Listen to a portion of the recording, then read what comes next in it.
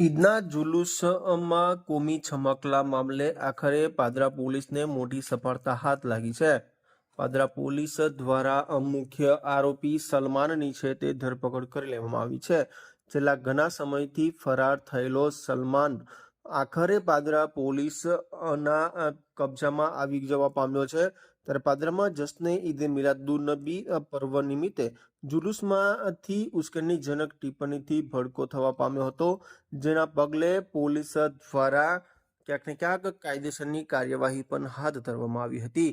ત્યારે અગાઉ પોલીસ દ્વારા કેટલાક લોકોની ધરપકડ પણ કરવામાં આવી હતી. ત્યારે આખરે પાદરા પોલીસ દ્વારા મુખ્ય આરોપી સલમાન, જે કેટલા સમયથી ફરાર હતો, તેની ધરપકડ હાલ કરી લેવામાં આવી છે. ક્યાંક ને ક્યાંક પોલીસ દ્વારા હાલ આરોપીની છે તે પૂછપરછ કરવામાં આવી રહી છે. ત્યારે પાદરા પોલીસ દ્વારા તપાસનો ધમધમાટ પણ શરૂ કરવામાં આવ્યો છે.